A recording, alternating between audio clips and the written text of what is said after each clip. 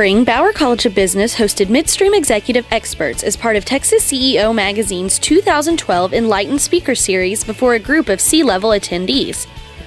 Pat Nijkamp of Texas CEO Magazine moderated a discussion on the Midstream Challenge with a panel including Enbridge Energy Company President Terry McGill, Terrafina Energy President Marcia Hindler, Bauer Dean Latha Ramchand, and Plains All-American Senior Vice President Operations and Business Development Mark Gorman, representing their respective industries.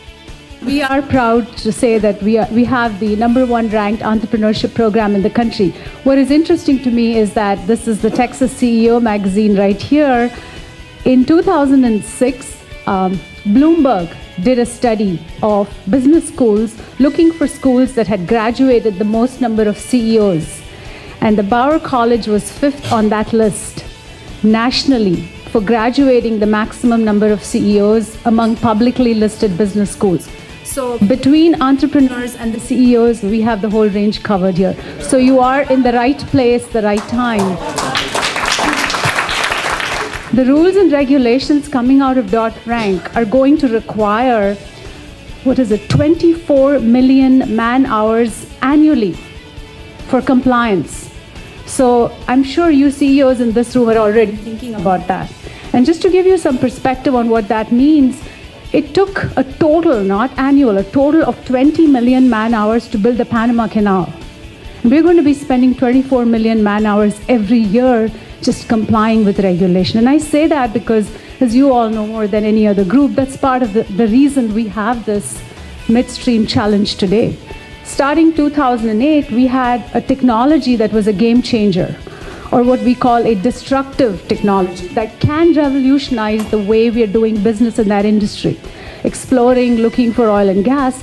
And that, what can you expect from that? A new technology comes to the front, supply goes up, and you're able to produce using this better technology at a lower price.